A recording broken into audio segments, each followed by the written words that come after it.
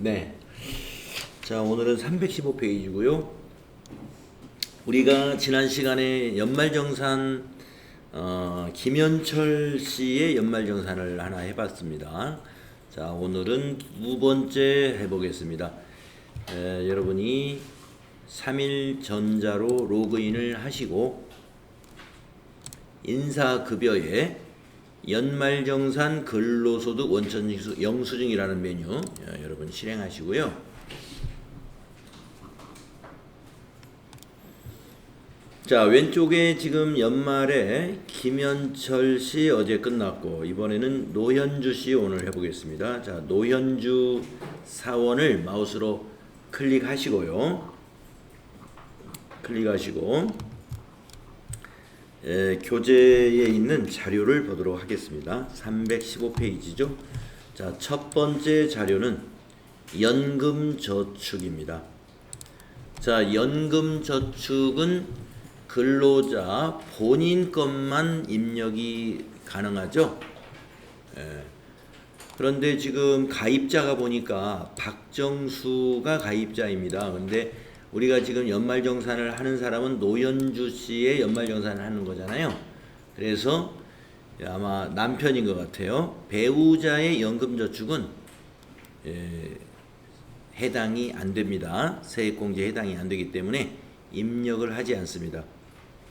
연금하고 여러분 그 주택 관련되는 것은 본인 것만 해당이 되는 거예요. 부양가족이나 배우자 것은 해당되지 않습니다. 그래서 입력을 해서는 안 되고요. 다음에 두 번째 자료를 보겠습니다. 보장성 보험 내용입니다. 자, 국세청 자료이고요. 계약자가 노병탁이네요. 노병탁.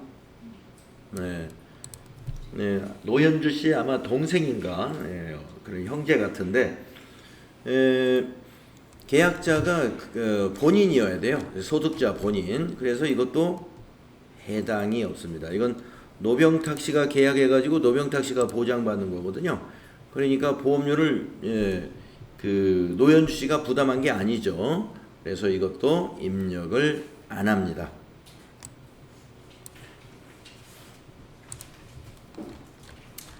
다음에 자료 3번을 보겠습니다. 의료비. 자, 의료비는 환자가 박현우인데요. 의료비의 그 지출 내역을 보니까 일반 의료비라고 되어 있습니다. 일반 의료비. 자, 의료비는 우리 그 부양가족 명단에 이름만 있으면 다 입력할 수 있어요. 소득도 보지 않고 그리고 나이도 따지지 않죠. 그래서 부양가족 이름에 등록되어 있는 부양가족이면 모두 입력할 수 있는데 다만 밑에 있는 이 안경구입비가 50만 원을 초과했을 때는 초과된 금액을 차감한 합계금액으로 입력을 해줘야 됩니다. 여기는 안경구입비는 없었습니다. 그래서 박현우의 의료비 370만 원 모두 입력하시면 되겠는데요. 자, 어디로 가느냐? 자, 노현주 선택하셨죠? 자, 위에 보시면 탭이 의료비 탭이 있습니다. 의료비 탭을 클릭하시고요. 첫 번째 줄에 부양가족 관계 코드 셀에서 더블 클릭을 합니다. 그러면은 부양가족의 명단이 나타나는데 거기에서 지금 환자 박현우 클릭을 하시면 됩니다. 자녀네요. 박현우 확인.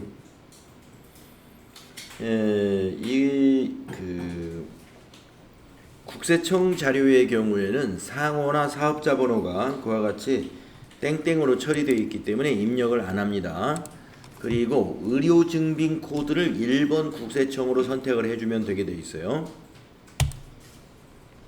의료증빙 코드는 1번 국세청 해주시고 건수 한 건으로 해서 370만 원 입력하시면 되겠습니다.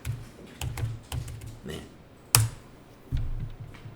자, 실손의료보험 받은 게 있으면 여기다 입력하는데 그 자료를 보니까 그 바로 밑에 그 자료가 있네요.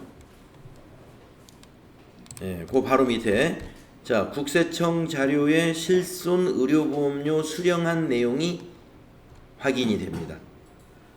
예, 여기 밑에 보시면 의료세액 공제를 받는 경우 의료비 공제 대상 금액에서 실손 의료보험금 수령액을 차감한 금액으로 공제받아야 합니다라고 안내가 되어 있죠. 국세청 자료에.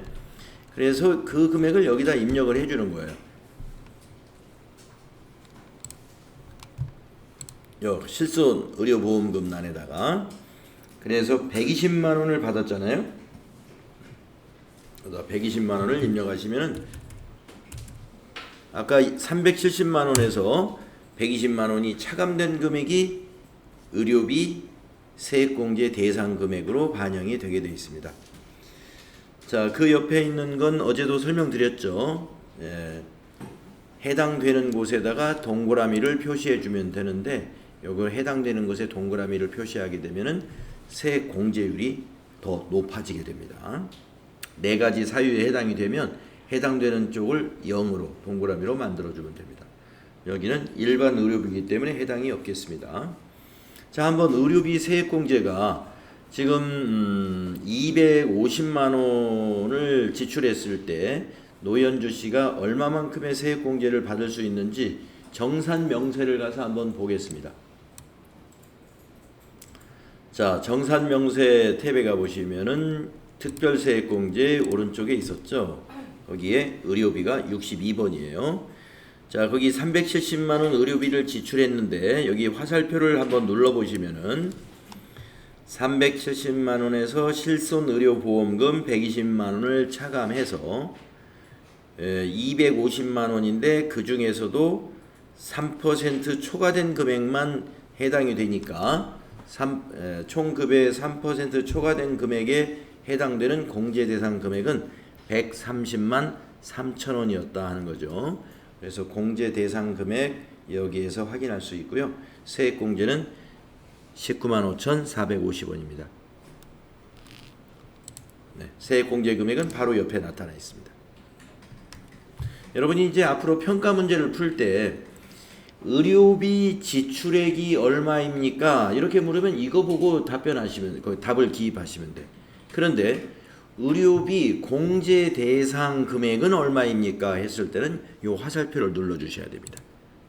예, 화살표를 눌러야 거기에 공제 대상 금액 합계 이거를 답안에 입력하셔야 돼요. 그래서 지출액을 물어볼 때도 있고 공제 대상 금액을 물어볼 때도 있습니다. 그래서 지금 여기 정산 명세에서 보이는 이 금액은 지출 금액이에요. 지출 금액. 공제 대상 금액은 그 옆에 있는 화살표 눌러서 확인해 보야 된다는 거죠. 자, 19만 5,450원 산출세액에서 공제 받았다는 것입니다. 다음 자료를 보겠습니다. 자료 네 번째, 교육비 납입 증명서인데 이거는 국세청 자료가 아니죠. 대개 학원비 같은 경우는 국세청에서 집계가 안 됩니다. 그래서 학원에 가가지고 이와 같이 소득세법 시행규칙에 의해 가지고 별지 제44호라는 서식이 있어요. 그래서 이제 학원에 가서 교육비 납입증명서 세액공제 받으려고 하니까 좀 해달라 그러면 이런 양식에 의해서 해줍니다. 자, 아너스 영어 학원이고요. 학생이 박영인인데 이것을 입력해야 되는지 안 해야 되는지를 따져보려면은 박영인이가 취학전 아동인가를 봐야 돼요. 취학전 아동인가. 그러면은 어떻게 보느냐? 우리가 이제 교육비 입력은 어디다 하는 거냐면 여기 소득 공제에다 하게 되잖아요. 소득 공제라는 탭을 클릭해 보시면은 여기 부양가족의 이름이 나온단 말이죠. 거기 박영인을 이렇게 보시면 알 수 있어요. 여기 나이를 보시면은 박영인은 03년생이네요. 그러면 20세죠. 예. 20세면은 뭐 고등학생 내지는 대학생 같아요.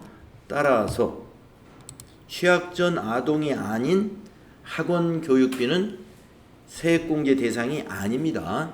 그래서 이것도 입력을 안 해야 돼요. 자, 노현주 씨 같은 경우에 자료가 4개가 있었는데요. 교육비도 해당이 안 되고,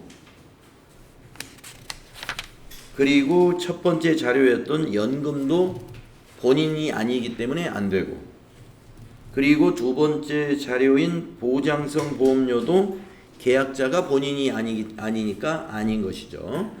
그래서 우리가 이 뭐 소득공제라든가 세액공제를 해주는 데 있어서 가장 기본은 뭐냐면은 소득자, 즉 연말정산 대상자가 그 비용을 지출했다는 전제하에서 해주는 거예요. 예. 연말정산 대상자가 비용을 지출하지 않았어요. 그러면 그건 소득공제나 세액공제 대상이 될 수가 없죠. 네, 그래서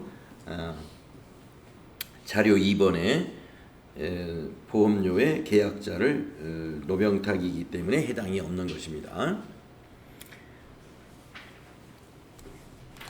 자, 이렇게 해서 노현주 씨 연말정산 끝났고요. 우리가 제대로 했는지는 나중에 그 풀이에서 정답하고 이제 우리 결과하고 결정세액을 확인해 보면 알겠습니다. 자, 다음은 세 번째 사람.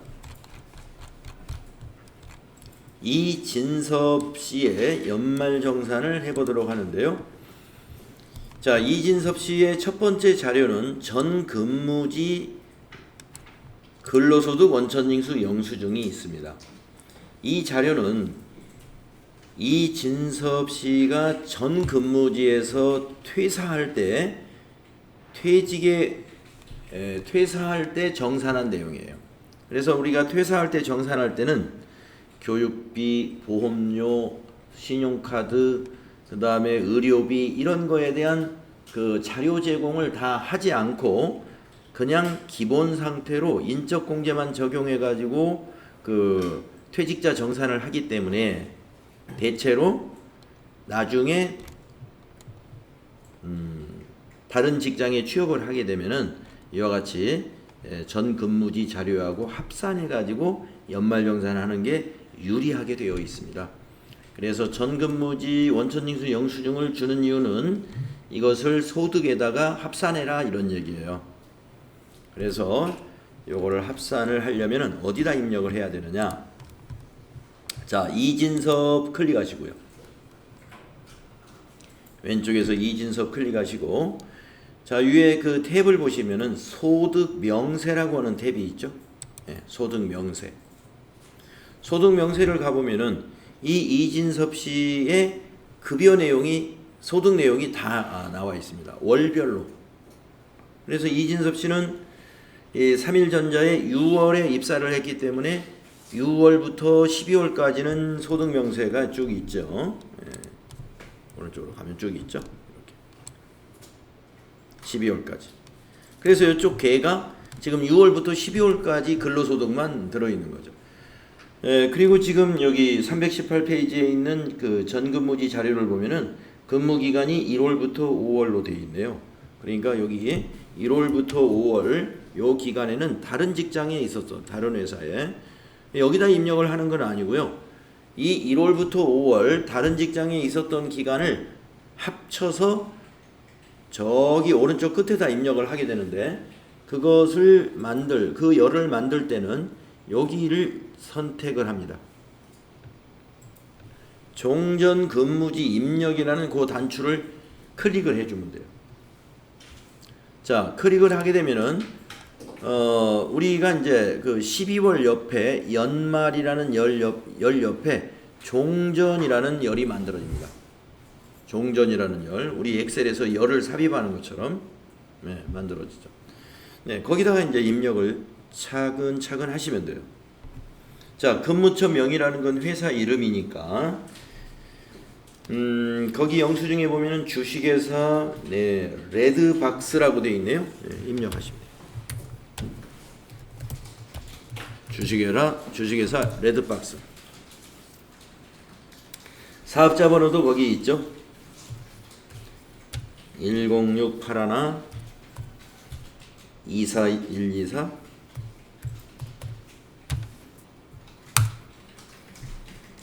급여도 거기 있습니다. 여기에 급여하고 상여가 이쪽에 있죠. 급여는 2,500만원, 상여는 1,000만원 받았네요. 2,500만원 엔터 1,000만원.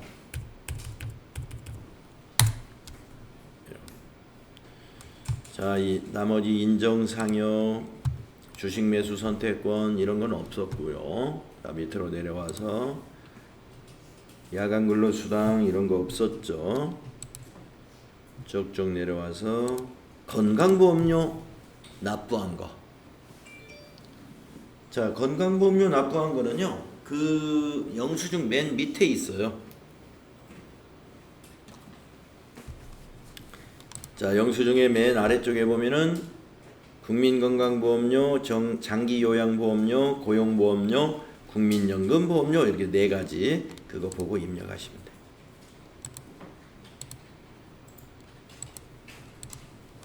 건강보험료 833760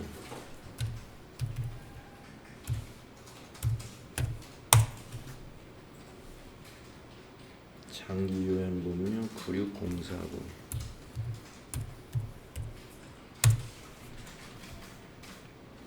국민연금이 1093500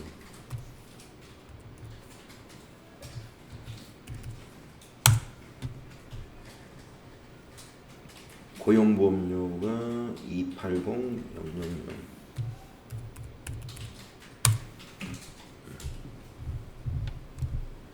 소득세하고 지방소득세는 어떤 걸 입력해야 되냐면 결정세액이라고 나와 있는 거 있죠? 결정세액. 기납부세액을 입력하는 것이 아니고 결정세액으로 입력해 줍니다.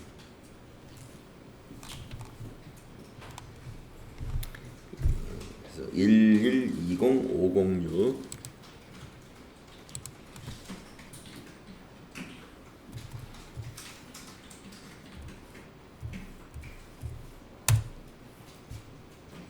112050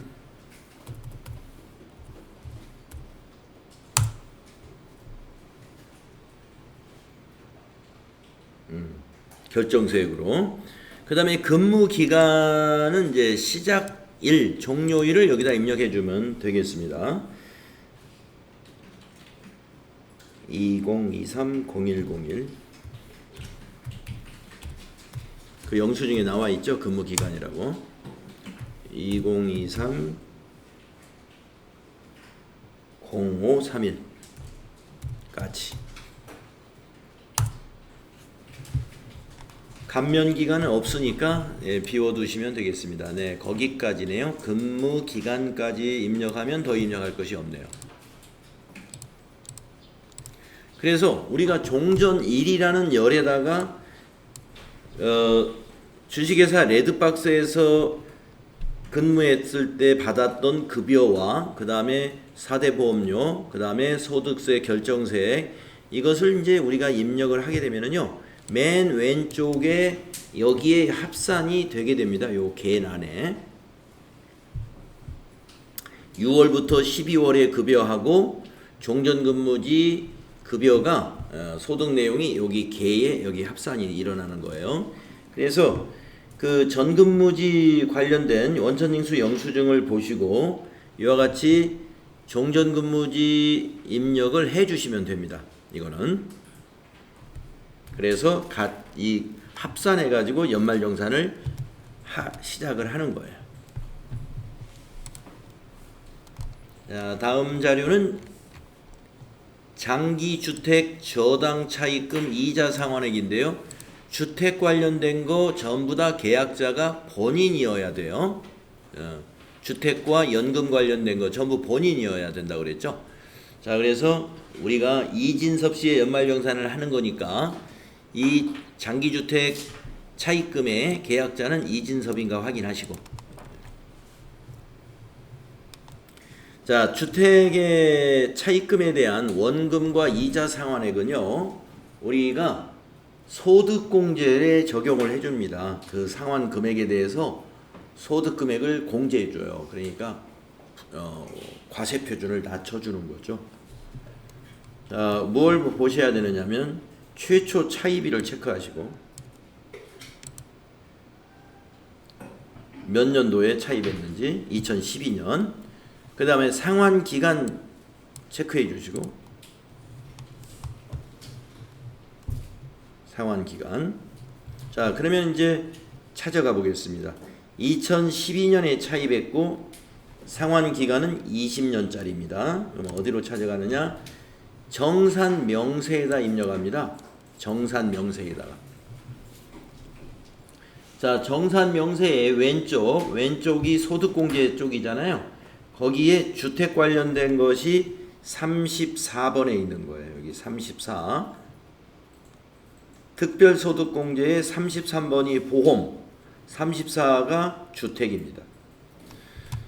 자, 그리고 34에 가는 원리금 상환액, 34에 나가 이자 상환액이 되겠습니다. 자, 나가 되겠고 요 밑에. 그리고 차입을 2012년도에 했기 때문에 2012년 이후 차입분이라는 이 부분을 찾아가야 되고요. 그 다음에 고정금리 비거치식 상환 차입금으로 되어 있죠. 그래서 여기 고정 혹은 비거치 여기를 화살표를 눌러 보십시오. 12년 이후에 고정 혹은 비거치 여기 화살표를 누르면 입력할 수 있는 창이 여기에 나타납니다. 그래서 여기다 입력하시면 돼요. 여기에다가 120만 원을 연간 불입한 금액이 120만 원입니다. 그래서 120만 원 이자 납입액금을 여기다 입력하십니다. 네, 120만 원 모두 소득공제가 적용이 되네요. 자, 확인해 주시면 되겠습니다. 그래서 장기주택 저당 차입금 이자 상환액 모두를 과세 표준에서 빼주게 된다는 얘기입니다. 이렇게 찾으시면 돼요. 다음 자료는 세 번째 자료입니다. 퇴직연금. 자, 앞에서 노연주시 할 때 연금 있었는데 본인이 불입한 것이 아니라서 입력 안 했잖아요. 네, 이 퇴직연금도 계약자가 가입자가 본인인가 확인합니다. 네, 본인 맞습니다. 자, 퇴직연금 20만 원을 가입을 했습니다. 불입을 했어요. 납입액이. 그러면은 어디다 입력을 하시느냐? 퇴직연금은 세액공제 쪽이에요. 그래서 오른쪽 여기 세액공제란에서 어디에 있느냐 하면은요, 연금저축이라고 하는 게 있어요.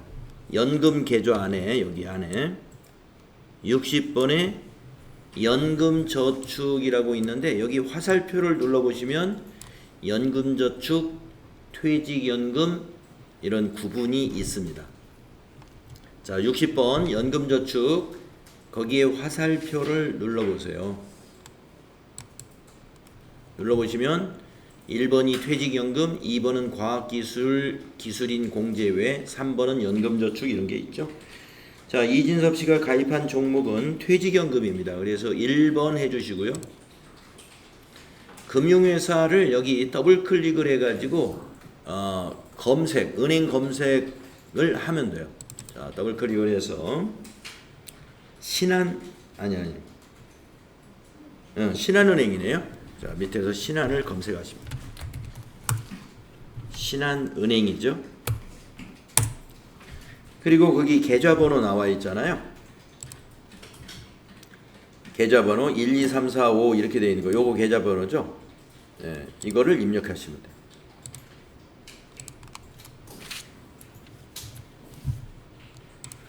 그리고 그 옆에 불입금액 20만 원 입력하시면 되겠습니다.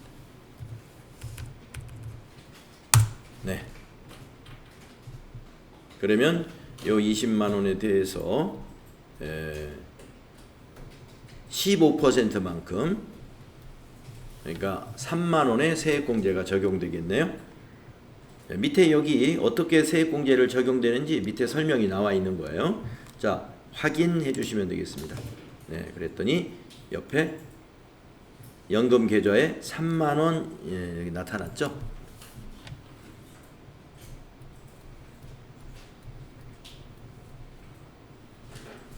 세액공제 3만 원 받겠습니다.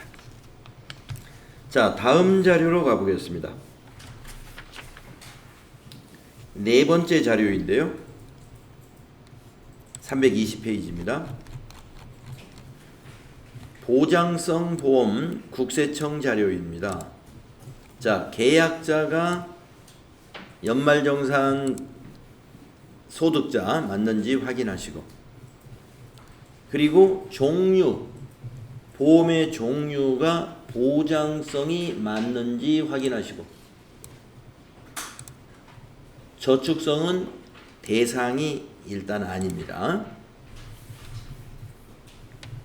그 다음에 이제 마지막으로 이걸 입력할 때 이민국이라는 피보험자가 기본공제 대상자로 되어 있으면 입력하고 안 되어 있으면 입력을 할 수 없죠. 왜 그러냐면 보험료 세액공제는 나이 요건과 소득 요건이 모두 충족해야만 해당이 된다 그랬습니다. 그러니까 요거 입력하는 화면에 가면은 기본공제라는 항목이 있어요. 거기가 부로 되어 있으면 입력 안 하면 돼요. 예. 부로 되어 있지 않고 만약에 자녀다 그러면은 20세 이하라든가 이렇게 돼 있으면 입력할 수 있다 이거죠. 자, 그러면은 가보겠습니다. 어느 메뉴로 가느냐? 소득공제 탭으로 가죠. 소득공제. 시험에서는 보험료는 소득공제 탭에 입력하라라고 이렇게 다 입력하는 위치를 알려줍니다. 시험에서. 지금 여기는 지금 스타일이 시험에 출제되는 스타일은 아니에요. 지금 여기가. 이제 실제 시험에서는 의료비는 의료비 탭에, 보험료는 소득공제 탭에, 만약에 조금 전처럼 주택 이자 상환액을 문제를 냈다. 그러면 장기주택 차입금 이자 상환액은 정산명세 탭에 입력해라. 이렇게 어느 위치에 입력하라는 것은 다 알려줍니다. 그래서 시험 볼 때 이거 내가 어디다 입력할 줄을 모르면은 어떡하나 이런 걱정은 안 하셔도 돼요. 알려주기 때문에. 자, 그러면 이제 소득공제로 들어오면은 여기 이제 보험료가 있잖아요. 보험료 여기다. 그런데 뭘 보셔야 되냐면은 여기 기본공제 여부를 봐야 된다 이거죠. 기본공제 여부를. 그래서 지금 이 입력 대상인 그 보장성 보험이 피보험자가 이민국인데 이민국의 기본을 보셔라 이겁니다. 여기가 부로 되어 있으면 입력 안 하면 되고 지금처럼 20세 이하 이거는 기본공제 대상자가 된다는 얘기죠. 그러면 입력하는 거예요. 자, 그래서 국세청 줄에다가 보장성 열을 여기죠. 바로 위치가 여기에다가 80만 원 입력하시는 거죠. 이렇게 해줍니다. 그러면 요거 이제 세액공제 적용이 되겠죠. 얼마 적용되는지 한번 보도록 하겠습니다. 자, 정산명세에 가셔가지고 특별세액공제니까 오른쪽에 있어요. 61번이 보장성 보험료. 자, 80만 원 불입한 보장성 보험료에 의해서 96,000원 세액공제가 적용됐습니다. 96,000원. 자, 다음 자료를 보겠습니다. 자료 5번이죠. 교육비 국세청 자료입니다. 학생이 이지영이에요.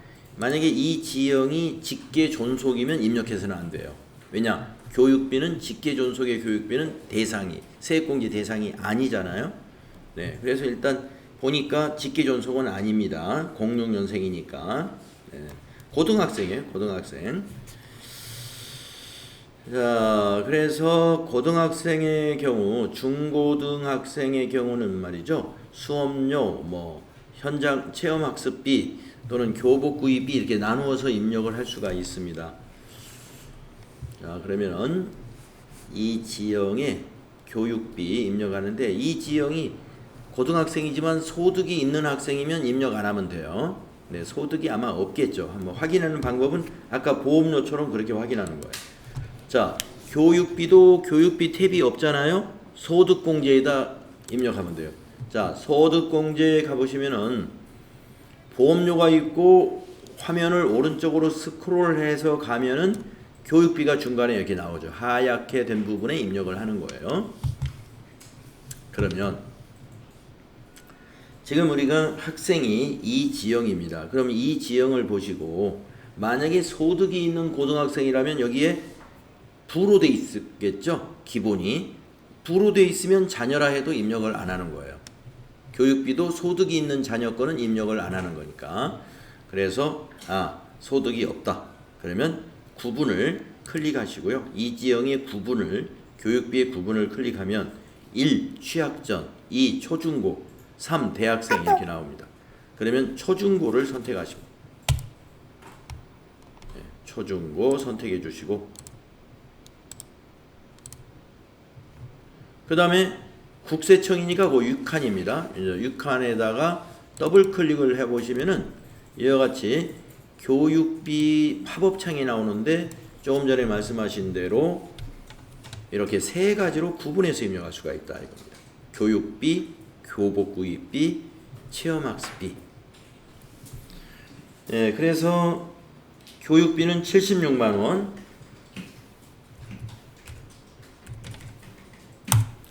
이게 이제 항목별로 한도가 따로따로 있기 때문에 이렇게 나눠 놓았어요. 편리해졌죠. 그러니까 한도가 여기 자동으로 체크되기 때문에 편리하다는 겁니다. 자동으로 체크가 되니까. 그래서 뭐 교복구입비도 한도가 50만 원인데 만약에 60만 원이라고 지출됐다고 거기 나와 있으면 여기다 60만 원을 입력해도 한도가 50만 원으로 딱 바뀌어 버려요. 그래서 좋은 거고. 자, 교복구입비는 없습니다. 자, 내려와서 체험학습비 10만 원. 네, 엔터 하시면 확인하시면 됩니다. 그러면 86만 원 입력이 되었습니다. 자, 그런데 그 다음 자료가 교복이 있었네요. 그러면 다시 더블 클릭해서 꺼내시면 돼요. 그 자료 6번을 보니까요. 예, 이지영 학생의 교복 구입비 60만 원이 있었어요.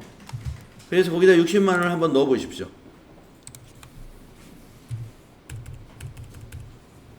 (60만 원) 입력했더니 50만 원으로 딱 바뀌죠. 네, 여기 밑에 당구장 표시로 안내가 되어 있습니다. 교복 구입비 중고등학생 한 명당 50만 원 한도다. 그래서 우리가 60만 원을 입력하더라도 50만 원으로 자동으로 고쳐지네요. 체험학습비는 한 학생당 30만 원이에요. 연간. 그래서 만약에 40만 원의 체험학습비를 지출했다 하더라도 입력해보면 30만 원으로 바뀌어요. 자, 그래서 교복 구입비 50만 원 확인해 주시면 136만 원으로 바뀌었습니다. 자, 그러면 교육비 세액공제가 얼마나 받을 수 있는지 한번 가볼까요? 정산명세에 클릭하셔가지고 자, 교육비는 세액공제죠? 오른쪽에 세액공제에 63번 6만 원의 교육비를 지출했고 세금은 20만 4천 원 세액공제 받게 됐습니다.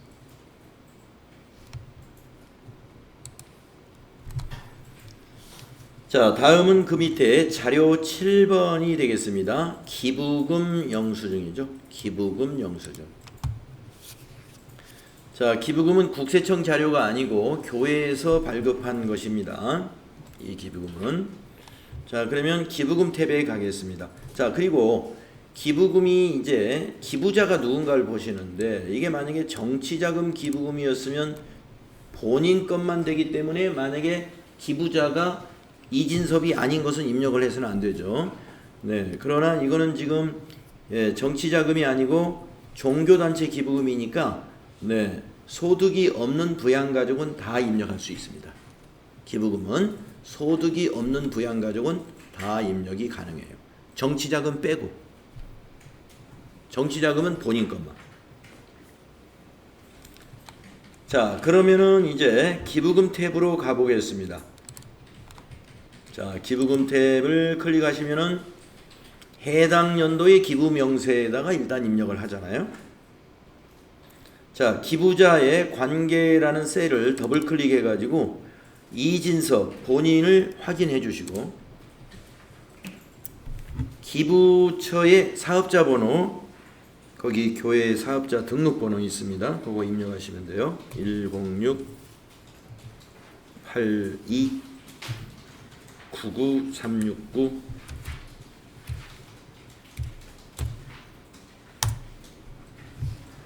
상호는 하늘교회.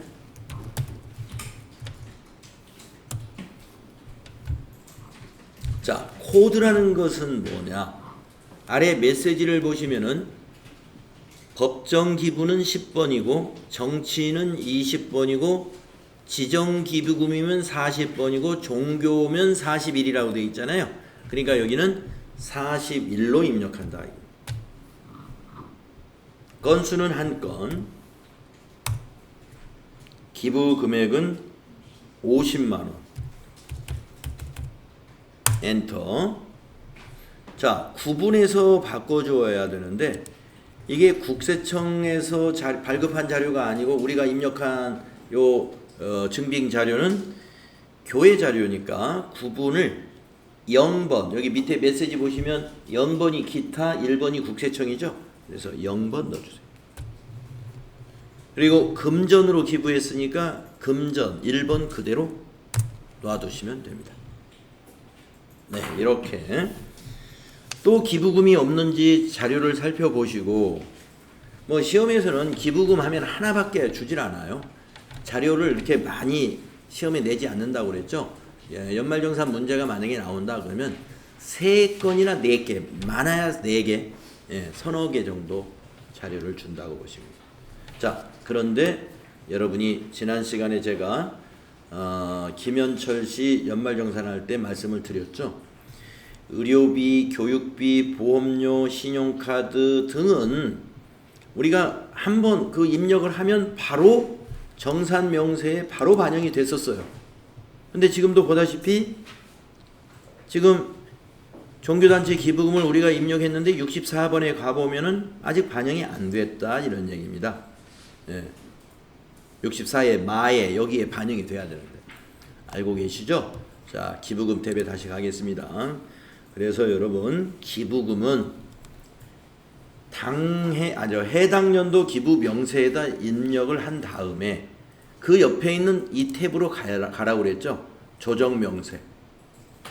기부금 조정 명세에 가가지고 오른쪽 상단에 있는 공제 계산 정산 명세 보내기 이걸 클릭하라고 그랬습니다.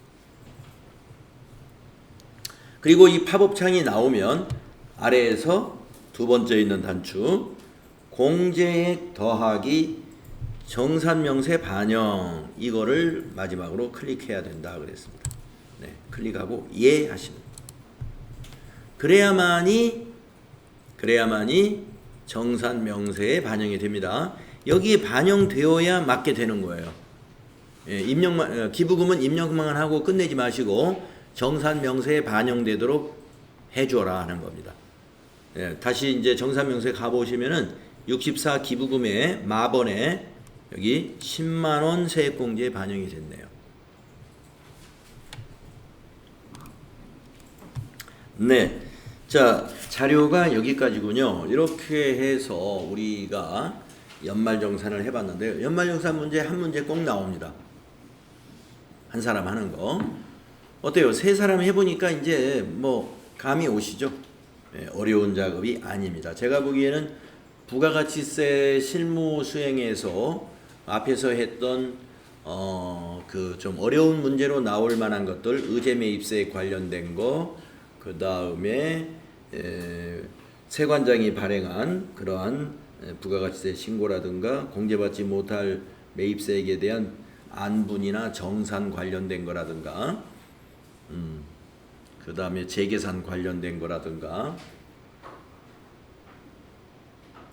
뭐 어려운 게 몇 가지 있었죠. 또 대손세 공제 대상자의 부가가치세 신고 관련 건이라든가 거기에 비하면은 쉽다 이렇게 보여집니다. 입력만 잘 하시면 되는 거거든요. 입력만 자리를 찾아가 가지고 입력만 잘 하시면 끝나는 거예요. 그래서 소득세는 여러분이 이제 조금 더 연습하시면은 걱정이 없습니다. 자, 그러면은 수행과제 풀이에 있는 결과를 우리가 입력한 결과하고 한번 비교해 봅시다. 자, 김현철 씨 결과가 325페이지에 나와 있어요. 그래서 325페이지에 있는 김현철 씨의 정산 명세를 보고 우리가 작성한 것에 무엇만 보면 되냐면 맨 마지막에 있는 요거 77번에 차감 징수세액만 맞으면 다 맞는 걸로 봐야 되겠죠. 그래서 김현철 클릭하시고 정산 명세 맨 밑에 77번에 차감 징수세액 확인해 보니까 맞았죠. 네. 그 다음에 노현주 씨 선택하시고요.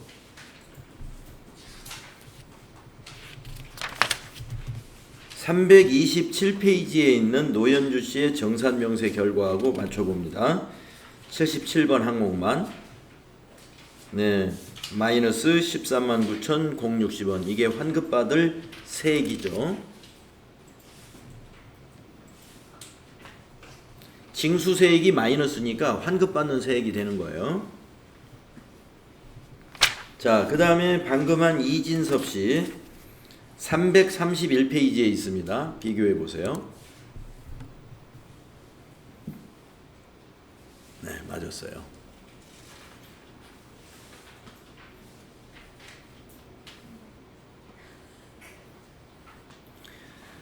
평가 문제는 의료비 입력한 거에서 조회하라든가 뭐 기부금 입력한 거에서 조회하는 문제는 내지 않습니다. 어디서 조회하도록 내냐면 여기 정산 명세. 이 정산 명세서에서 조회해 가지고 답을 기입하도록 문제를 그렇게 내고 있어요. 그러니까 이 부분을 잘 볼 줄 알아야 돼요. 정산 명세에 정산 명세의 양식이 어떻게 디자인되어 있고 무엇을 보려면 어디로 가야 되는지를 잘 보셔야 되는데 근데 너무 쉬운 게 뭐냐면 번호를 알려줘요. 예, 번호. 그러니까 차감징수세액이 얼마입니까? 이렇게 물어보는 게 아니라 77번 차감징수세액은 얼마입니까? 이렇게 물어본단 말이죠. 그럼 여러분이 번호 순서 번호가 이게 순서대로 딱 돼 있잖아요. 예. 번호 알려주기 때문에 여러분이 찾는 것도 아주 쉽습니다.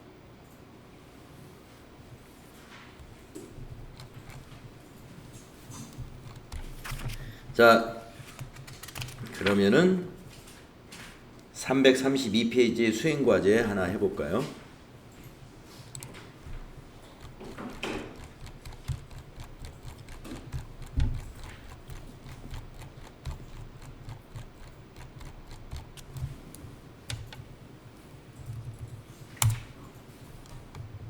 자, 요 문제는 원천징수 이행상황 신고서 작성하라는 건데요. 어렵지 않죠? 예. 어렵지 않지만 시험에서는 작성해라 이런 문제 잘 나옵니다. 그냥 조회만 하면 작성되는 거예요. 자, 2023년 연말정산 자료를 이용하여 원천징수 이행상황 신고서를 작성을 수행하라. 근데 요거는 연말정산 자료에 대한 원천징수 이행상황 신고서를 작성하라는 건 조금 까다로운 거예요. 왜냐면은 우리가 연말정산을 언제 하는 거냐면은 23년도 연말정산은 24년도에 하는 거거든요. 24년도에.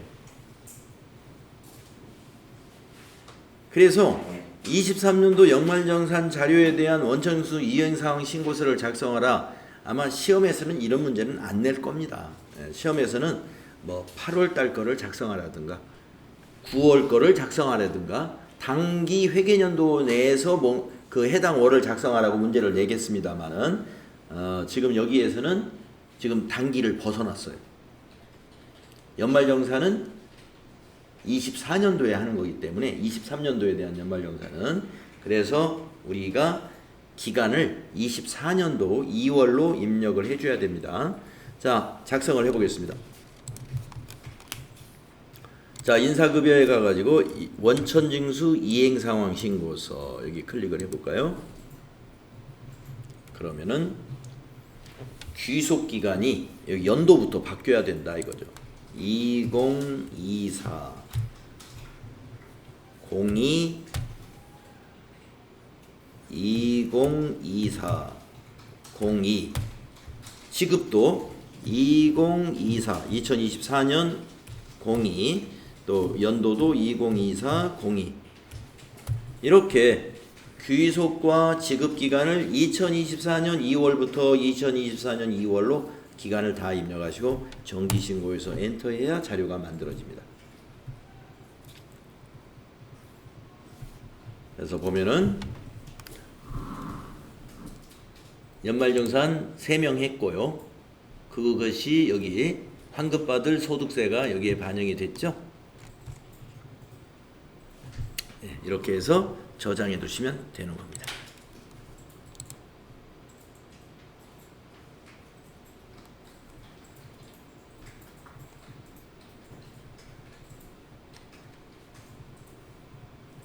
우리가 여기 간이세액에 의한 그 일반 근로자의 급여 자료가 안 나오는 이유는 2024년 급여 자료는 우리가 입력을 안 했거든요.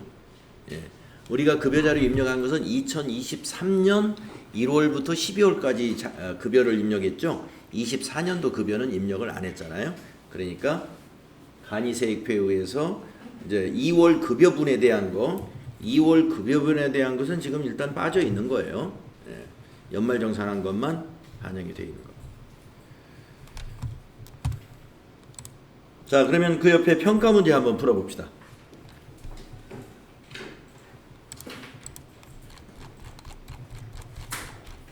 자, 1번 급여자료 입력 조회 수당 항목 중 차량 보조금 월 비과세 한도 금액은 얼마인가? 이거는 조회할 필요가 없는 거예요. 이론 시험이나 마찬가지예요. 그렇죠? 우리가 차량 보조금 월 비과세 한도를 굳이 급여 자료에 가서 조회해봐야 아나요? 예, 이건 법률이기 때문에 그냥 우리가 아는 거죠. 그래서 이거는 만약에 실제로 이 문제가 나오면 거기 답안에다가 200000 20만 원이죠. 그냥 입력하시면 됩니다. 그 다음에 2번 급여자료 입력 조회 수당 항목 중 식대 월 비과세 한도 금액은 얼마냐. 이것도 마찬가지입니다. 실제로 이렇게 나온다 하더라도 급여자료에 가서 조회를 안 해봐도 알 수 있어요. 그래서 식대의 월 비과세 한도액은 20만 원이죠. 22년도까지는 10만 원이었어요. 23년도부터 20만 원으로 조정이 되었습니다. 다음에 3번 급여자료 입력 조회 8월분 급여자료 입력의 전체 사원의 비과세 금액은 총 얼마냐. 네, 요거는 가서 조회해봐야 알 수 있죠. 자, 그러면 급여자료 입력의 8월분을 조회해 보도록 하겠습니다. 자, 인사급여에 가셔가지고 근로소득관리의 맨 위에 있는 급여자료 입력이라는 메뉴에 갑니다. 가가지고 귀속을 8월로 해주시고 구분은 1번 급여로 우리가 입력했었죠. 그러면 이렇게 입력한 자료니까 지급일은 자동으로 나타납니다. 그리고 전체 사원에 대한 자료는 여기가 되겠고요. 한 사람 한 사람씩을 보는 것은 개인별로 보는 건 여기서 보는 거죠. 예, 여기가 전체. 그래서 전체를 물어봤으니까 그 부분에서 찾아보시면 돼요. 전체의 비과세 금액이 얼마냐. 자, 오른쪽에 여기서 보시면은요. 비과세하고 비과세로 여기 나눠져 있잖아요. 140만 원이 비과세 급여 전체 금액입니다.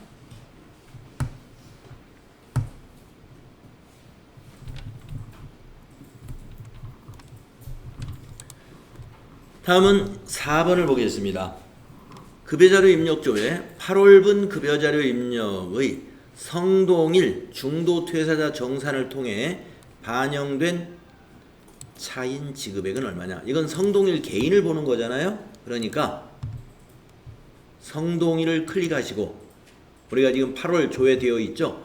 성동일을 클릭하고 이쪽에서 봐야 돼요. 이쪽에서 개인 거니까. 그래서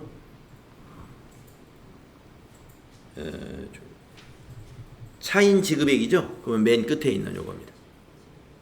차인 지급액 4,242,530을 복사가 안 되네요. 입력하시면 되겠습니다.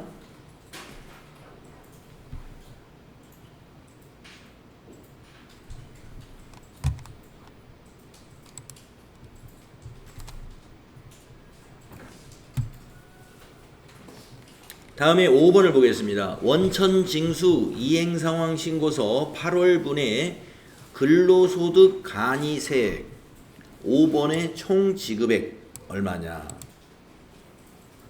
자, A01의 총 지급액을 찾으면 됩니다.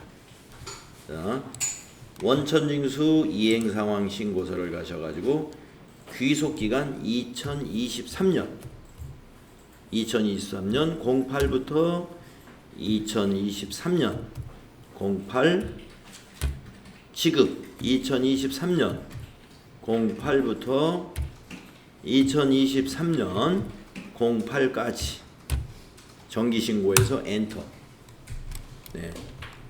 자, A01 여기 코드가 있잖아요. 코드가 A01, A02, A03 간이세액이 A01 중도 퇴사자가 A02 이렇게 부릅니다. 그러니까 A01의 10번 여기 10번 5번 여기 총 지급액 5번. 그래서 A01의 5번 총 지급액은 요 금액이죠. 14700,000. 그래서 이걸 클릭이 되면 컨트롤 C, 컨트롤 V 하시면 됩니다.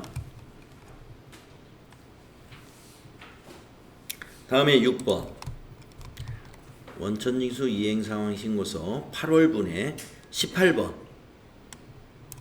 18번의 조정대상 환급액은 얼마냐? 그러면 여기 18번을 보시면은 이거를 말하는 거죠. 276160입니다. 그래서 이걸 그대로 답안에 입력하시면 돼요. 그 다음에 7번 근로소득 원천징수 영수증을 조회해서 김현철의 기본공제 대상 인원수는 본인 포함 총 몇 명이냐? 네, 그래서 근로소득 원천징수 영수증이 연말정산 근로소득 원천징수 영수증 그걸 말하는 거예요.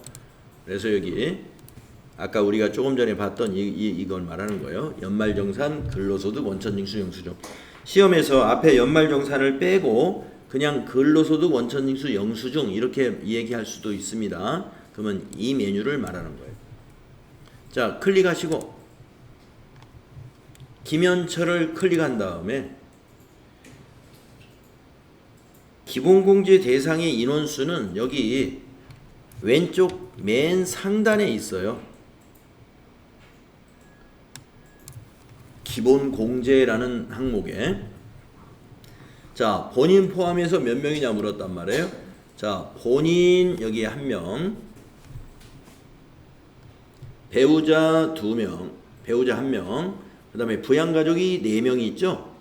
그러면 6명이죠. 본인 150, 배우자 150, 부양가족 4명에 600. 금액으로 보면 이렇게 되는 거고, 인원수를 물었으니까 본인 1명, 배우자 있으니까 2명, 그 다음에 나머지 부양가족 4명 이렇게 세는 겁니다. 그 밑에 추가 공제는 세는 게 아니에요. 그래서 6명이다 이렇게 답을 하면 됩니다. 6. 답은 6이에요.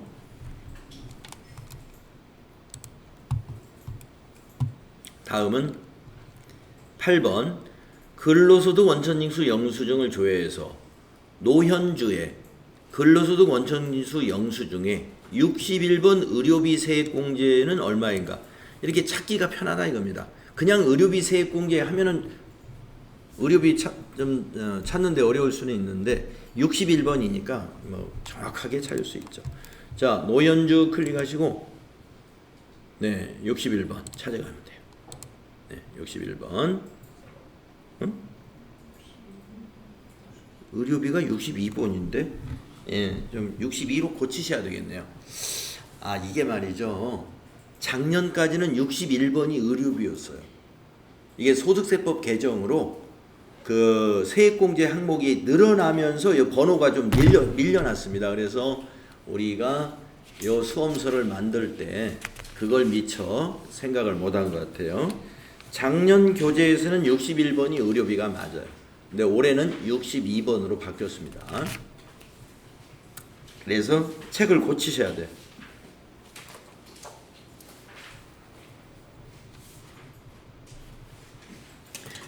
예, 그래서 세액공제가 얼마냐 했기 때문에 바로 이거 보시고 입력하면 돼요. 이거 보시고 입력하고, 아까도 제가 좀 말씀을 드렸는데 세액공제만 물어보는 게 아니라 의료비의 공제 대상 금액이 얼마냐 내지는 의료비 지출액이 얼마냐 이렇게 물어볼 수가 있다고 그랬죠. 그래서 지출액을 물어보면 이 숫자 370만 원 바로 그냥 답을 기입하시면 되는데, 공제 대상 금액을 물어볼 때는 꼭 화살표를 눌러서 이 화면에서 봐야 됩니다.